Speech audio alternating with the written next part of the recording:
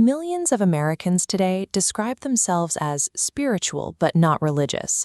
They claim a belief in human goodness, even as they stop attending the traditional churches that once defined their communities. While pollsters find that a majority of the population still professes belief in a higher power, the number of people identifying as outright atheists is climbing simultaneously. When sociologists Christian Smith and Melinda Denton investigated this shift, they found that it wasn't necessarily a total loss of faith, but rather the emergence of a new set of beliefs. The religiously unaffiliated haven't simply stopped believing. They have silently adopted an unnamed religion that uses the vocabulary of Christianity while discarding its historical core. This diagram illustrates the three pillars of this new system: Moralistic Therapeutic Deism, or MTD. It reduces faith to a moralistic set of rules about being nice, a therapeutic focus on personal comfort, and a deism that keeps God at a safe distance. This framework replaces the beauty and demands of the historical faith with a bland substitute. By stripping away the need for personal transformation, it acts as a quiet rejection of the actual gospel. It provides the comforting illusion of spirituality, while effectively insulating the individual from any relationship that might require real sacrifice. Central to MTE is the belief that the ultimate goal of a human life is simply to be happy, and that God exists primarily to ensure that happiness. In contrast, historical Christianity teaches that free will was given to us so we could choose to love God and our neighbor.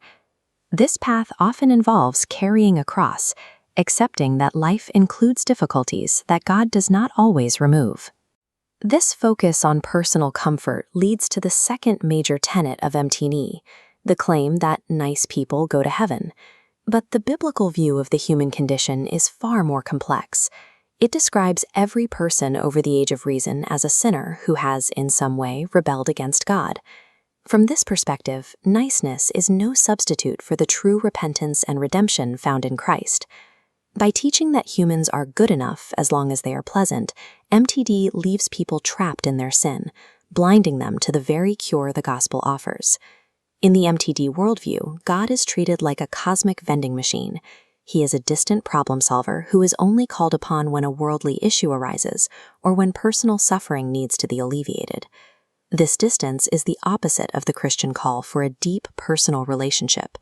That relationship is built on a commitment to a God who is present in daily life, not just during emergencies.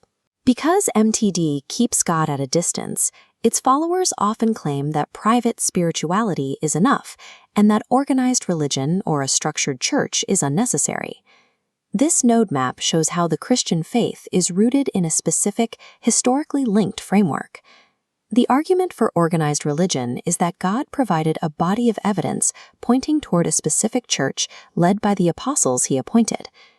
Treating God as a transactional tool while rejecting the community creates a hollow imitation of faith, one that often fails the moment life presents a problem it cannot solve.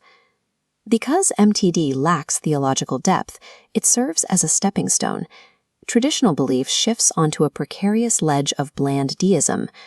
But a purely therapeutic faith cannot sustain a person through true suffering. Eventually, that ledge collapses, leading to outright atheism. To fight this trend, believers are called to defend the necessity of the structured church and to remind the world that the gospel is not a call to be nice, but a call to holiness. The most effective response to the hollow promises of MTD is a life of true devotion, demonstrating the joy, meaning, and personal connection to Christ that a spiritual substitute can never provide.